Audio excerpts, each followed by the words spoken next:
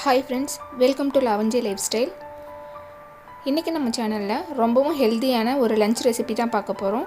கொள்ளு பருப்பு கொள்ளு ரசம் எப்படி செய்யறதுன்னு பார்க்கலாம். ஃபர்ஸ்ட் நம்ம பருப்பு வேக விட்டு எடுத்துக்கலாம். நான் இப்போ இந்த டம்ளர்ல 1 டம்ளர் அளவு கொள்ளு எடுத்து நைட் ஃபுல்லா ஊற விட்டு எடுத்துர்க்கேன். இப்போ நம்ம ஊற வச்சு எடுத்திருந்த பருப்பு இதல சேர்த்துடலாம். பருப்பு எல்லாமே சேர்த்து முடிச்சதும் நம்ம ரசமும் சேர்த்து தான் வைக்க போறோம். அதனால பருப்புக்கும் ரசத்துக்கும் தேவையான அளவு தண்ணி சேர்த்துக்கோங்க. அதோட 3 பச்சை மிளகாய், இந்த சைஸ்ல 2 தக்காளி எடுத்து ரெண்டா கட் பண்ணி சேர்த்துக்கோங்க.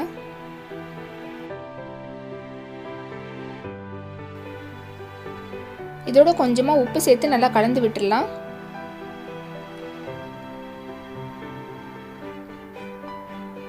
இப்போ இத மூடி போட்டு 2 ல இருந்து 3 விசில் வேக விட்டு எடுத்துக்கலாம். 3 விசில் வந்த உடனே பிரஷர் எல்லாமே போனதும் நம்ம இத ஓபன் பண்ணி பார்க்கலாம். பருப்பு எல்லாமே நல்லா வெந்து வந்திருக்கான்னு பார்த்துடலாம். நீங்க நைட் ஃபுல்லா ஊற விடலனா நீங்க டைரக்டாவே வந்து குக்கர்ல சேக்கும்போது எக்ஸ்ட்ரா விசில் வெச்சு எடுத்துக்கோங்க. பருப்பு எல்லாமே வெந்து நல்லா சாஃப்ட்டா வந்திருக்கு. அதே சமயம் குழையவும் இல்ல.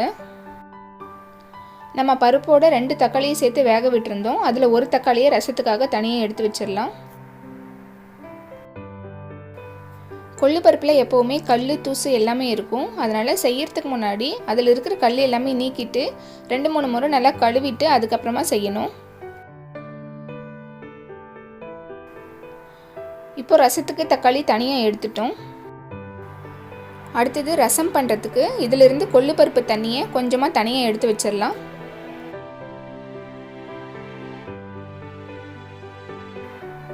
பருப்புலயும் கொஞ்சமா தண்ணி இருக்க மாதிரி பாத்துக்கோங்க. இப்போ ரசத்துக்கு கொள்ளு பருப்பு தண்ணி ரெடியா இருக்கு. அதோட ரசம் பண்றதுக்கு தேவையான அளவு புளியை கழுவிட்டு இதல சேர்த்துடலாம். இப்போ இந்த புளி வந்து சூடான தண்ணியிலே கொஞ்ச நேரம் இருக்கட்டும். அப்ப நமக்கு கரைக்கிறதுக்கு ஈஸியா இருக்கும். இப்போ நமக்கு பருப்பு ரெடியா இருக்கு. ஃபர்ஸ்ட் நம்ம பருப்பு தாளிச்சு எடுத்துடலாம். ஒரு panல 2 டீஸ்பூன் அளவுக்கு எண்ணெய் சேர்த்துக்கோங்க.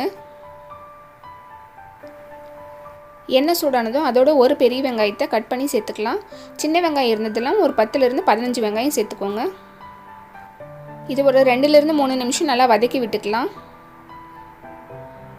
இப்போ இதோட ஒரு 3 வரமிளகாவை கிள்ளி சேர்த்திருக்கேன். அதோட கொஞ்சமா கறிவேப்பிலை சேர்த்திருக்கேன்.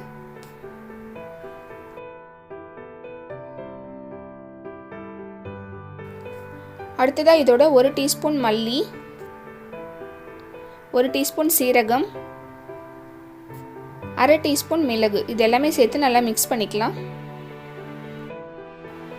நம்ம சேர்த்த இந்த மிளகு, சீரகம், மல்லி எல்லாமே கொஞ்சம் நல்லா ஃப்ரை ஆகுற வரைக்கும் mix பண்ணிக்கோங்க.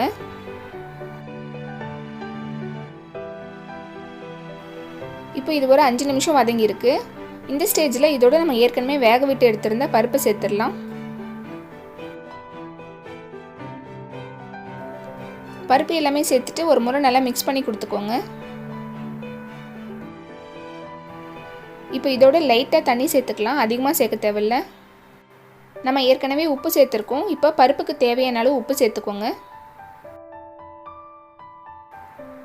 எல்லாமே நல்லா கலந்து முடிச்சதும் இத ஒரு மூடி போட்டு ஒரு 5 நிமிஷம் குக் பண்ணி எடுத்துக்கலாம். 5 நிமிஷம் ஆகியாச்சு. இத ஓபன் பண்ணி பார்க்கலாம். இப்போ பாருங்க பருப்பு எல்லாமே ரெடியா இருக்கு. நான் காரம் குறைவா தான் சேர்த்திருக்கேன். நீங்க தேவைப்பட்டா 2 பச்சை மிளகாய் எக்ஸ்ட்ரா சேர்த்துக்கோங்க. இப்போ ஃப்ளேம் ஆஃப் பண்ணிடலாம். இத நம்ம அரைச்சு எடுக்கிறதுக்கு முன்னாடி 2 பல் பூண்டு தோல் உரிச்சிட்டு இதல சேர்த்துக்கோங்க. இதோட சூடு குறையிற வரையும் தனியா எடுத்து வச்சிருங்க. சூடு குறைஞ்ச உடனே நம்ம மிக்ஸில சேர்த்து அரைச்சு எடுத்துக்கலாம். மிக்ஸில தான் அரைக்கணும்னு இல்ல, நம்ம மிக்ஸிலயே அரைச்சுக்கலாம். அப்படி இல்லனா உரல் இருந்ததுனா உரல்லையும் ஆட்டி எடுத்துக்கலாம். இப்போ இதோட சூடு எல்லாமே நல்லா குறைஞ்சாச்சு. இத நம்ம மிக்ஸில சேர்த்து அரைச்சு எடுத்துடலாம்.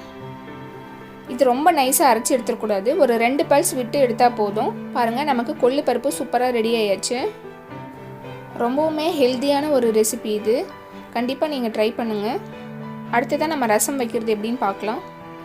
நம்ம ஏற்கனவே கொள்ளு பருப்பு தண்ணியோட புளி சேர்த்து ஊற வச்சு எடுத்துறோம் இல்லையா?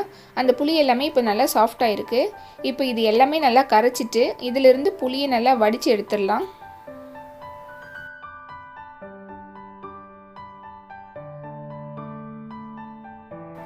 இப்போ புளியை கரைச்சி தண்ணி மட்டும் நம்ம வடிச்சு எடுத்தாச்சு. இதோட நம்ம ஏற்கனவே எடுத்து வச்சிருந்த தக்காளியை சேர்த்து கரைச்சி எடுத்துடலாம்.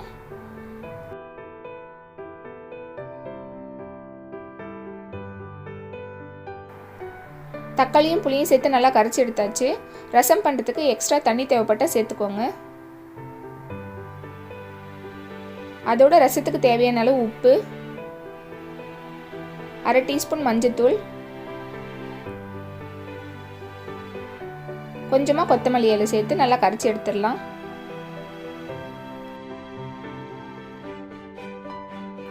இப்போ நம்ம எல்லா பொருளுமே சேர்த்துட்டு ரசம் பண்ணுறதுக்கு தக்காளி புளி கரைசல் ரெடியாக இருக்குது. இதுக்கு ஒரு தாளிப்பு ரெடி பண்ணிடலாம். பேனில் 2 டீஸ்பூன் எண்ணெய் சேர்த்துக்கோங்க. எண்ணெய் நல்லா சூடானதும் ஒரு 1/2 டீஸ்பூன் கடுகு சேர்த்துடலாம்.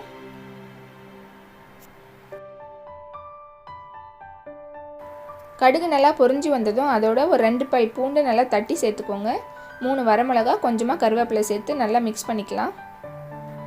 வரமிளகா வந்து கிள்ளி சேர்த்துக்கோங்க. முழுசாவோ அப்படி இல்லைன்னா 2 உடச்சோ சேர்க்க தேவையில்லை.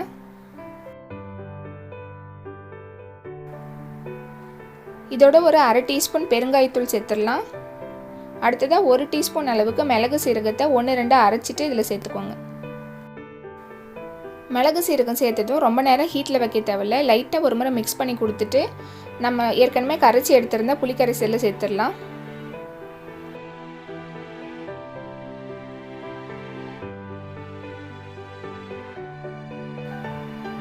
இது ஒரு முறை நல்லா கலந்து விட்டுக்கோங்க. இந்த மாதிரி கொஞ்சமாக தண்ணி எடுத்து நம்ம தாளிச்ச பேனில் சேர்த்து கலந்துட்டு இதில் சேர்த்துக்கோங்க.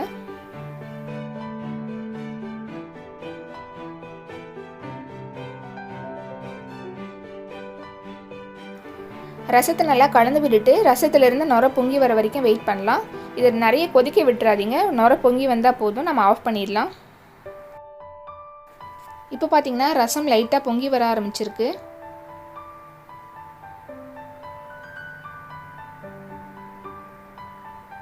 அவ்வளோதான். இந்த அளவுக்கு வந்ததும் நம்ம வந்து ஃப்ளேம் ஆஃப் பண்ணிடலாம். ஃபுல்லாக கொதிக்க விட்டுறாதீங்க. இப்போ நம்ம ரசமும் ரெடி பண்ணி முடிச்சாச்சு. இந்த வீடியோ உங்களுக்கு பிடிச்சிருந்தா மறக்காமல் நம்ம சேனலை சப்ஸ்கிரைப் பண்ணுங்கள். அப்படியே பக்கத்தில் இருக்கிற பெல் பட்டனையும் ப்ரெஸ் பண்ணிக்கோங்க. அப்போ தான் நம்ம சேனலில் போகிற வீடியோஸ் உடனே உங்களுக்கு நோட்டிஃபிகேஷனில் வரும். தேங்க்யூ.